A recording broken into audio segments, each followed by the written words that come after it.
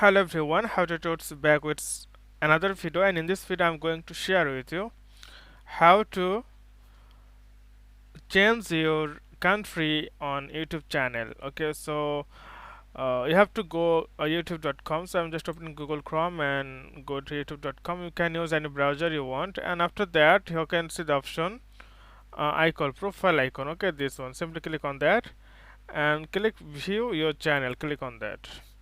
Once you click on that, then you can see the option customize channel. Simply click on that, and after that you can see the option settings. Simply click on settings, and then you can see the option channel. Simply click on channel, then basic info, and you can see currents of residence. So you can choose anything. It's not mandatory that you are living any country or you are the residents any country. You have to give that country only. It's not like that. You can select any country you want. Okay, and once you select any country, then your user, like your viewers, your audience will see that you're the residents on that country.